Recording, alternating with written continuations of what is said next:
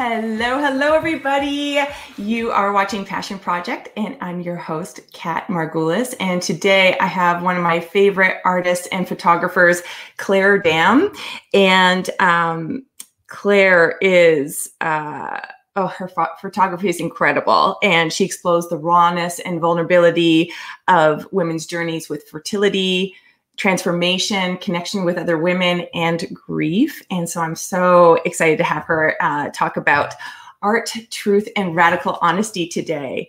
So let me welcome Claire. Hi, Claire. Welcome to Passion Project. Thanks for having me. Yeah, I'm so excited. I've been wanting to do this for so long. I am such a big fan of your work. Thank you. Yeah, just the biggest fan. So tell me, like, I'm fascinated with what you do because it's so raw, it's so honest, and it's so evocative. Like, I get really emotional when I see your work, especially on Instagram. It's just, it's an anomaly in that space. And I wonder, like, how did you come to this? You know, it takes a lot of balls to show up this way. Was this how did you get here? How did you land here? Yeah, I think it's been a long journey. It's like I've been sick on and off since I was a kid. And because of that, I had a lot of privacy and kind of trust issues because I think what would happen is as I got older, I would be talking to someone about my health issues as a kid, and they'd be like, "Oh, yeah, we knew that because your parents had told us." Right? And so all of a sudden you're like, oh gosh, like who's walking around knowing really intimate details about my life that I thought I could share? So that made me really, really private and closed off, even with my closest friends for a long time, where I was just very, very private.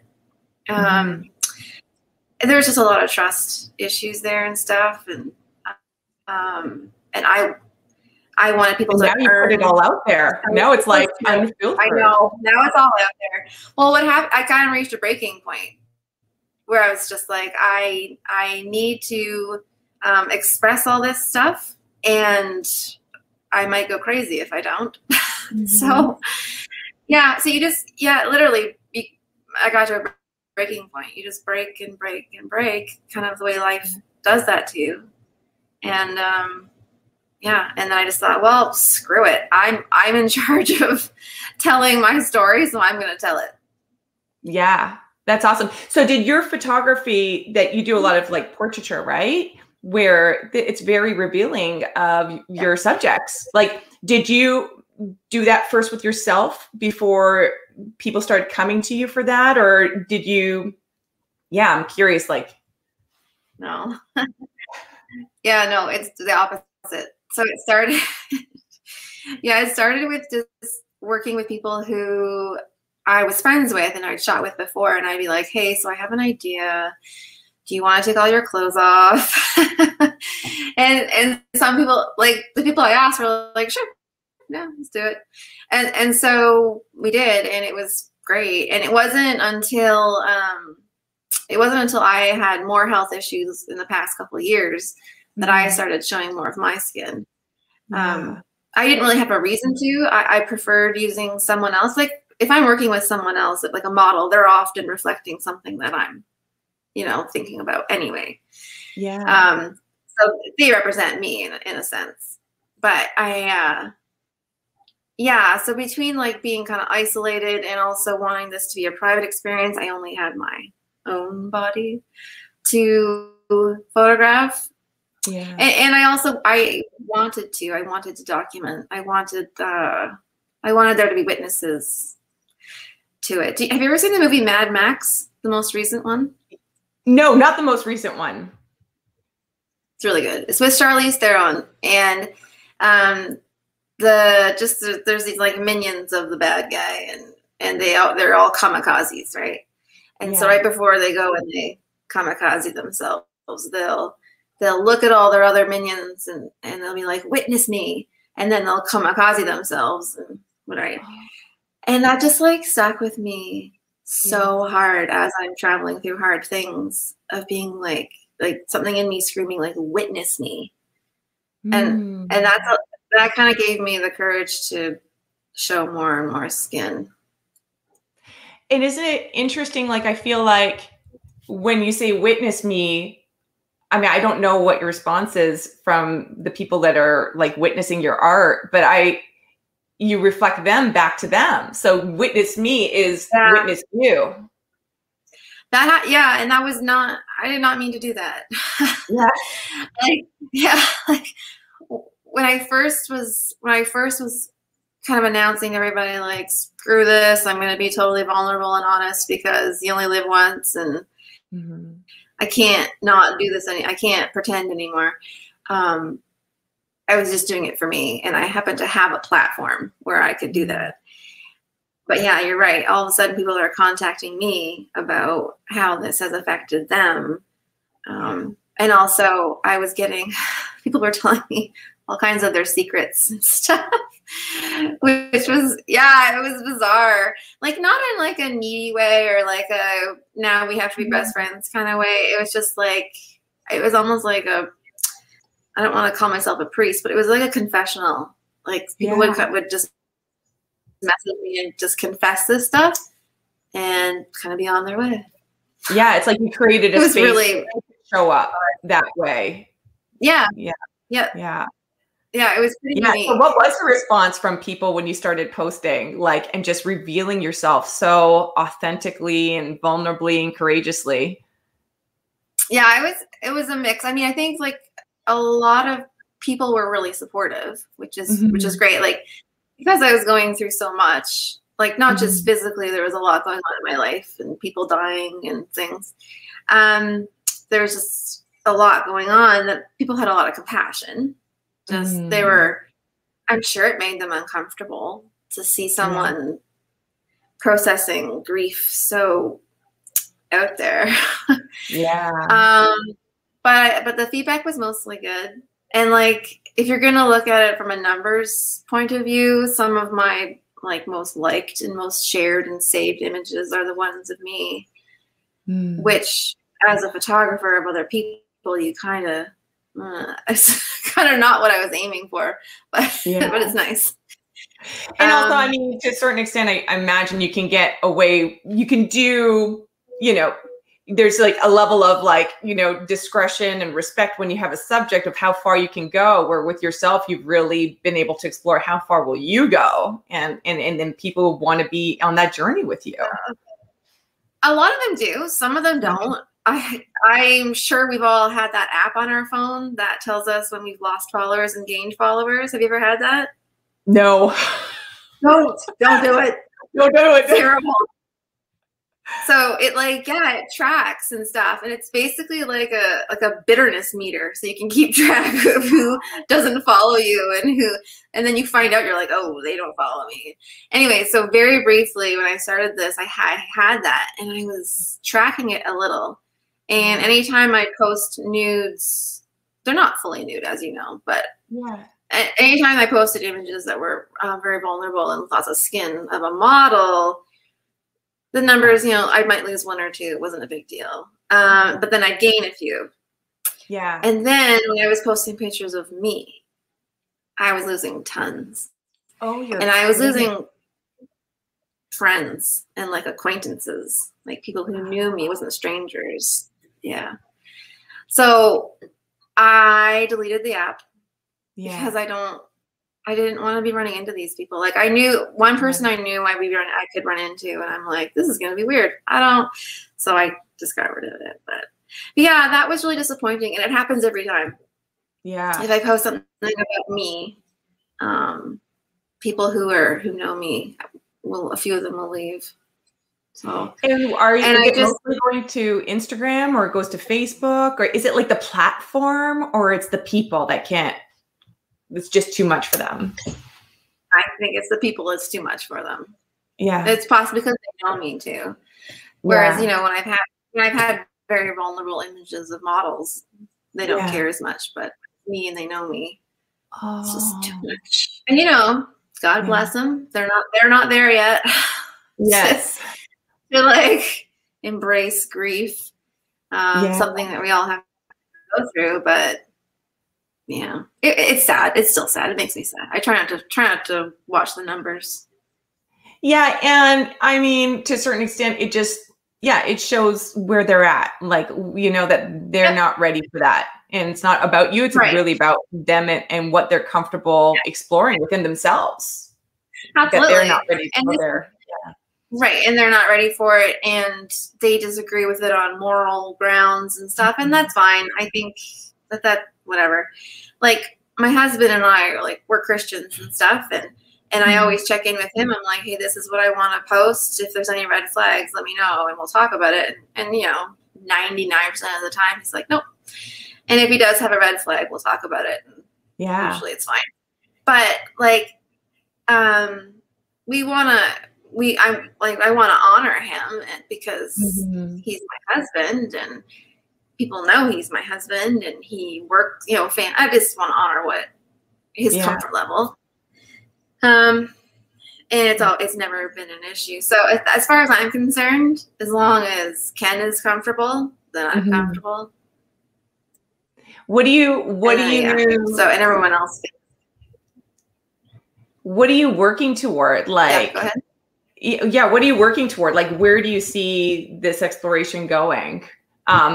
You did this Instagram story. I hope, like, is that living somewhere? Because the stories just come and go, right? And you did this, like, you know, I think it should have won an Oscar, except it's, you know, not fiction, but, you know, that incredible Insta story, which was like a culmination of so many stories. And it was just, it was just a masterpiece. Does that live somewhere? Which one are you talking about? The one, it was like so many stories. It was like a movie. It was like watching a movie. I don't even remember. Was it images or an actual movie? It was in your Insta stories. That makes a lot of sense. It was like in the Insta stories, but it was like, it had an arc. It wasn't like each one was its own thing. It was like a full movie, you know. Like of still images? Yes, I think so. Yeah. But it might have been like a year ago. It might have been like a lot. We've been talking a long time. But it was amazing. I'm like, I hope you see that and put it somewhere. I don't know. I mean, stories are saved forever. I could probably find it, but I posted a lot of stories. A lot. Yeah, it was amazing because it wasn't just like, you know, today, this is this moment, this is that moment. It was like a full story with a full arc. And I don't know, maybe it was you just putting your whole story into like a short film almost. Was it when I was sick in the hospital? Yeah. Yeah. Yeah, that's saved there. Yeah, I have that. Yeah, it is. I think it's under like Health Journey or something. Okay, it could have been that. Yeah. Yeah. It's intense. You got to sit down for a while. Yeah. So, like, are you doing anything with it besides it living on Instagram? Like, is there some where you're submitting it or like turning it into something? I don't know. I honestly don't know. You know, I have been thinking about that a lot. Yeah. I don't know. I wanna complete the Fruitful Woman series, which I've been working on for like 2 or 3 years. Yeah. And that'll be done this spring. So done. Great. Tell us about the Fruitful Woman. What is it? Yeah, Fruitful Woman, it was started a couple of years ago. So I'm barren or fertile or whatever you want to say. And I was just thinking about the idea of fruit with the seeds inside and the fruitfulness of fruit and being quite literal about it. And then just exploring women's relationship with fruitfulness, like their own fruitfulness and the choices around it and things that happen. And so it always incorporates some kind of fruit. So it can be kind of gory. It can be quite tongue-in-cheek. It can be pretty heavy. It's been really fun. I haven't shared any images. I've shared some like rejected images. Oh wow. Yeah, they're all secret. I can't wait. There's some of them that I would put on a t-shirt and wear every day if I could. I love them. And so what is it going to be? Is it going to be like a show, and as much as we can do a show these days? Yeah, I'm going to try and do a show at my house. Cool. And it's going to be it's men can come, but it'll be very heavily focused towards women, like of childbearing age. Yeah, because there's just so many stories in there, and there's so much we don't talk about, but there's so much that's normal. And so I think part of the exhibit will be, showing the images, but also I'm going to be talking a little bit about my experience, and then some of my models are going to come up, because I chose specific models based on some of their fertility history. Some of them I knew their fertility history. Yeah, so there was a surrogate mom. Yeah. One of my favorite pictures is me, actually, I'm in one of them, with a surrogate mom. So she's had 3 of her own kids, and she's had done 2 surrogacy pregnancies. And because I've adopted, we did kind of this passing of the fruit thing for our image between the surrogate mom and me. So she's going to come up and speak. It's, I don't know, it's taking shape, but I'm very excited. I'm also very excited to get it over with so I can move on. Because like the images, like your fertility, your pregnancy portraits, are they part of that series, or they're just, what you've been doing also in addition to that, people coming to you for that? Oh, no. This is all stuff that, this is all unpaid work. Yeah. So this is all separate stuff where I've requested a model, and she's come in and we've worked together and stuff. Yeah. So it's most of the stuff that you share, is that that's your passion work, right? That's not been like the professional stuff, I guess, like the paid for work. It's a mix. Yeah. It's a mix. And I'm very torn about that, because it can be confusing. I mean, I was a wedding photographer for a long time, and kind of one of the cardinal sins is confusing your client by putting on personal work, right? Because then if you have a bride, right? You have a bride come to your Instagram page, and she's just like tunnel vision for wedding photographer. And then, so I'm playing with a plug. And then if you have other images on there, then it can confuse them. I don't know. Yeah. But that is the rule. That's the theory. So you want to keep it very, focused and stuff. And I cannot do that. I've been I'm terrible with that. And like having a genre or having a niche. They're always like, pick a niche. And I'm like, oh, that's boring. But anyway, more you are a niche. You are a niche. I just am. I know. But more and more, I'd say it's like 50-50 of my work and my clients, work from my clients. But the work from my clients is they're melding more and more, because I'm doing more artful stuff with them. Yeah. Do you find, are people asking for you to go there with them, that they seek you out for that, like a totally different kind of portraiture or pregnancy shot than they'll get anywhere else? Yeah, absolutely. Yeah. So a lot more film, which is fun. And just a lot more, just artful stuff, like less portraiture and more like, let's try and create a piece of art. Yeah. So it's a challenge, but it's fun. Yeah. When you did that Instagram story, like I got a real, like, it felt like a movie experience for me. Is that something you would explore or have wanted to explore with filmmaking? Yeah, I mean, I've made tons of little movies before. That's something I do for fun a lot. I don't know, man. I've got so many ideas. Yeah. And you're an incredible writer too, because I mean, it's not just like, here's a photo and a bunch of hashtags. Like there's a lot of storytelling too, often. So yeah, I do love writing. Yeah. I guess I have a few projects in the works, like that I'm planning on after Fruitful Woman is done. And one of them does include a book, 2 books actually. Yeah, which is absolutely. Really could Fruitful Woman be a book? Do you see that being like a coffee table book or something like that? I mean, if someone wanted to, was going to approach me about it, absolutely. But it's been so many years. I am happy to put Fruitful Woman in a nice little coffee table book for myself and move on. But so, like, when do you know you're complete? Like, you're saying that this has been a long process. Was it a long process because you were in the process of discovering it, and then you discovered it, and you're like, now this is what I'm doing, or How do you know you're complete? When do you know? Yeah. How do you know you're complete? I don't know. I keep all my I print out the images like 8 by 12, and I put them in a binder, and then I pull them out every once in a while, and I redo them and stuff. Mm-hmm. I just know there's some pieces missing. I know there's parts of the story that are missing.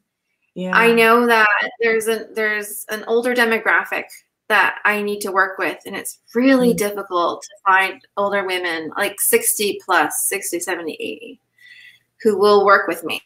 And I live with my mom, and she's 75, and she won't do it. So that's been really difficult. And then also because of COVID and stuff, I've been on a bit of a hiatus working with people. Yeah. And I was all geared up to do some stuff. There's a few demographics that I really want to include. And then I'll feel like it's more of a whole piece. Even though this topic, as far as I can tell, it could go on forever. Yeah. Like, there's so much to mine out of this. There's so much storytelling. Yeah, and it's really neat. I did a little video of a recent photo. So I was working on the photo, and I did a video. It was with the cherries. Did you see that? No. So I was popping I was getting the seed. I had a cherry pitter, and I was pitting all the cherries. And then I was pinning them to board. And then I put a video up on Instagram, and I said to people, "So this is Fruitful Woman. What do you think I'm trying to say?" And I have never had so much feedback on anything. Oh, that's cool. It was actually really moving. Yeah. Just like people, for one thing, people knew they could just say to me, like, they could just say, "Is it abortion? Is it this? Is it blood clots?" There was so much freedom in how people could speak to me that I was like, this is cool. I feel like we've got a thing going on now where people know they can just be like open. Yeah. But anyway, I didn't tell them. It's a surprise because I'm like, well, you'll have to come to my show to find out. Yeah. But some people, I think only 2 or 3 people out of 100 or so guessed correctly. So, do you ever become immune to like the vulnerability of it, to having these, asking for feedback, to talking about these things that people normally don't want to talk about? Like, you just become so emboldened, or is it like every time cringe, but I'm going to do it anyway? No, actually that's funny that you said that, because that time I did that with the cherries. I was so proud of myself because this cherries idea I'd been percolating on for a year, and it all kind of came together. And then I did it, and I was just so pleased with myself. I was so excited. But the concept of the cherries is actually really dark. Yeah. And so I was like, "Hey guys, can you guess?" And people are guessing, and I'm like, "Nope, you didn't get it." And then I realized I'm like, "Oh, I should maybe be a bit more like take it down a few notches," because this is so heavy. But I was just so pleased with how it was going in the engagement, and I don't know. So yes, I can get a little bit desensitized in the moment, just in the moment. But no, when I'm working with models, especially when I work with a model, I'll often ask them what their fertility story is, and I hope that can influence where the shoot goes, because I'll have a loose idea of what I want to do. Yeah. And then if they give me some keywords or something, then we can work that in. So it becomes quite personal. So there's a lot of models who their images are actually they're a, what's the word I'm looking for? Not a testimony. But it's about them. It's a story about them and their choices with fertility, or their lack of choice with fertility. Yeah, so that it can be quite intense, but fun. Is it hard to find people who are willing to share their stories with you, or do you feel like? I think anyone who agrees to model these days knows they're going to have to take their clothes off. So they're already feeling vulnerable. Like they're already prepared to be vulnerable. So no, it's been good. I think some people just don't know. Some people just haven't thought about it. So that's the only thing. And like originally this was about witness me, witness you. Do you feel like you're up to something else now? Do you feel like you've got a greater purpose or mission now? Gosh. I think just carrying on with the same message, really. Like being vulnerable, being brutally vulnerable can't get old. Like you can't, it's just, we need it today. We need truth. People need the truth and they need connection. And when we're living in this glossy Instagram world, I feel like at times, like when I first started, less so now because I think people are used to it. But when I first started, it felt like people were thirsty. Like when I would put content out. It was weird. But yeah, they were thirsty for this just vulnerability and stuff. So I guess what I would like eventually, and I was doing some workshops before lockdowns and COVID and stuff, is in my workshops, is to get people to explore vulnerability more. So many photography workshops are like, copy me, copy how I shoot, copy how I edit. And I don't approve of that because everyone's got their own style and stuff. Yeah. I want people, like at my workshops, I want people to go away with new tools and new techniques and stuff to apply to their own style and their own story, not copying my style. And part of that is being really vulnerable. Like, what is your style and what do you like? And yeah, so workshops hopefully. And yeah, I have thought about putting together, there's two shows or two things I'm considering, is putting together a little thing about my time being sick. Cause I have a lot of pictures of being in the hospital and afterwards the aftermath of being really sick. And then I also, excuse me, it's kind of tied in, but images with my daughter. And that's a whole story there because we adopted her. And then 2 weeks after we adopted her, my parents live in an in-law suite attached to the house. And 2 weeks after we adopted her, my mom suffered a massive heart attack and went into cardiac arrest at home with me. And the ambulance arrived and they resuscitated her a number of times on the way to the hospital. And she had surgery and she recovered. It's amazing. And then exactly a week after that, I got a phone call that my best friend, like best friend since childhood, sister friend, was diagnosed with terminal cancer. And she had just moved to New Brunswick for work. And so I'm dealing with my mom, who's recovering really well, but I'm still kind of a caretaker. I have this new daughter who's 15 months. And, that's busy. Yeah. Full of emotion, 15-month-old girl. And then my friend. And so I was gone a lot. I was gone with my mom. I was gone out east to be with my friend. And then my friend passed away in March.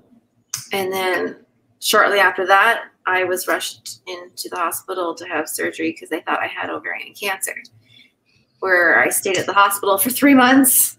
And then I came home and that wasn't good either. But basically what I'm saying is my relationship with my daughter has been shaky. Like we never had time to connect, but we connect in these photos and we do a lot of shoots together. And the more I collect them, and they're just very precious. Yeah. So I'm wondering about doing something like that with them. Yeah. So she has a good time doing those. She's good news. And so are those the books that you have in mind, or you have other books in mind?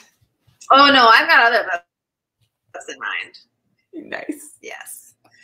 I have I wrote a kid's poem a really long time ago, and I didn't do much with it. And then my husband read it, and he's like, "This is really good." And I'm like, And then I sent it to a friend who actually edits children's books, and she's like, "This is good. You should do it." So there's that, and then the other one is actually writing about the story of my friendship with my friend who passed away, mixed in with a lot of fantasy. She was a dreamer. She was a dreamer. She lived a life of fantasy. She literally This is a great book. It's a movie already. Get it done. I know. It's incredible. And and the dreams, she would make massive life decisions based on a dream. And she was quite a human being.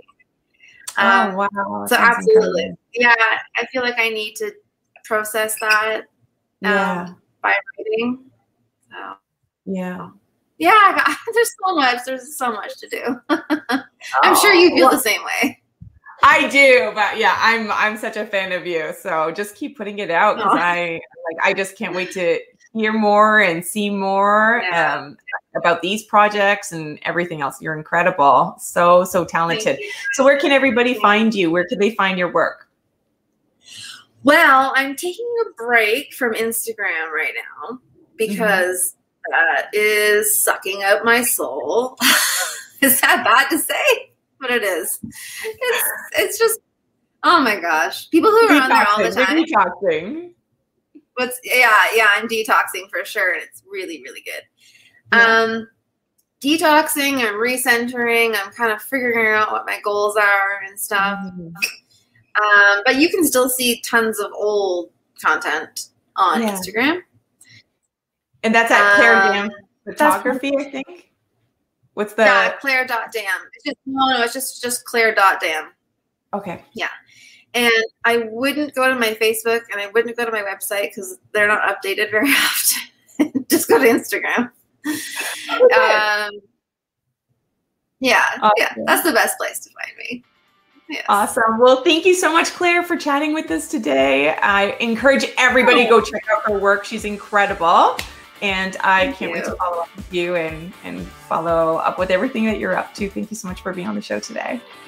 Well, thank you so much for having me. It was fun. Bye. Bye.